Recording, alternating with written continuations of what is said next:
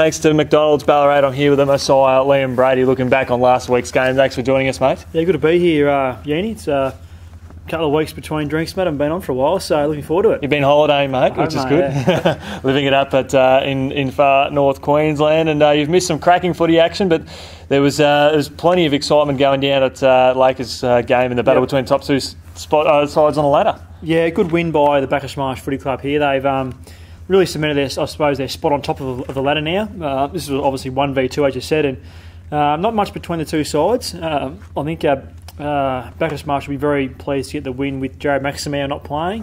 He played in the reserves on the weekend, so they'll be hoping that he can come back into the side over the next few weeks. But not much separates the two sides at the moment, so I'm sure these two sides will obviously meet come September, and there'll be another good game of footy on the cards.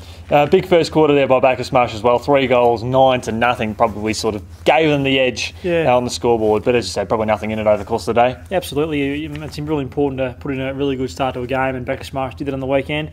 I think for certainly some positives for Lake Wendouree. Lucas Anderson, we know he's missed last season with a knee injury, but he's come back into some pretty good form. He kicked 5 of their 9 goals, or 6 of their 9 goals on the weekend, so really good to see him in good form. Yeah, he's certainly flying at this stage of the year, which is we're very pleasing, and his average over the last 7 games is about 5 goals too, so which is better than anyone in the competition. Speaking of teams sort of bouncing back into form, it's Darley 22-19, 151 defeated Sebas 7-6-48.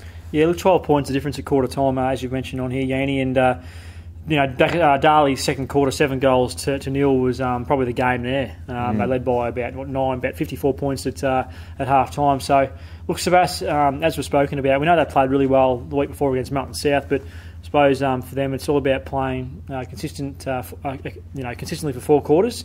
We know they can play really good patches of footy.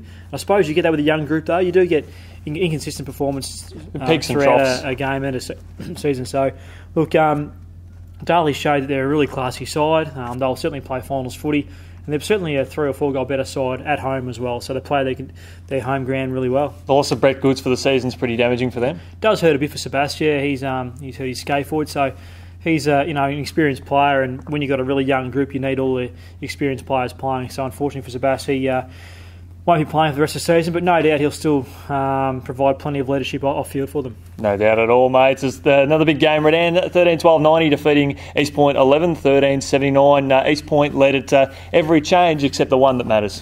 Look, East Point a much improved side.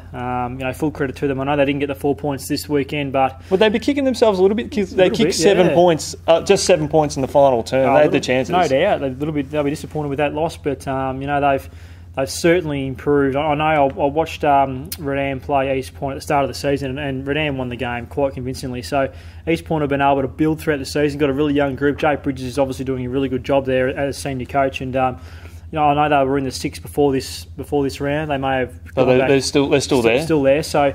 Look, they've certainly improved, and I think if they can play finals footy, that'd be a great result for such a young group. Yeah, considering where they come from at the start of the year. On the Sunday game, North Ballarat City 117 defeated Ballarat 64 in front of a big crowd at Mars Stadium.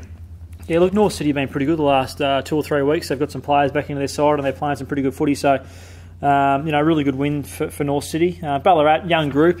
With young teams. I suppose with the maybe last 4 or 5 weeks of the season, you might see some of those younger teams tire a little bit, and you might see some blowouts in terms of margin. So, look, Ballarat, they still had about 20 shots at goal, so they weren't out of the game. Yeah. They kicked 9 goals 10. So, look, a good win for North City. But Ballarat have been pretty good this season in terms of the way they've been able to compete in most games. And City is sort of keeping their slim finals hopes alive now. Yeah, it's still a slim hope that they could make the finals. Sensational, mate. Well, thanks so much for joining us on this, looking back at last week's games in the BFNL. Thanks to McDonald's Ballarat. Look forward to catching up with you later on in the week. Thanks, Yeendy.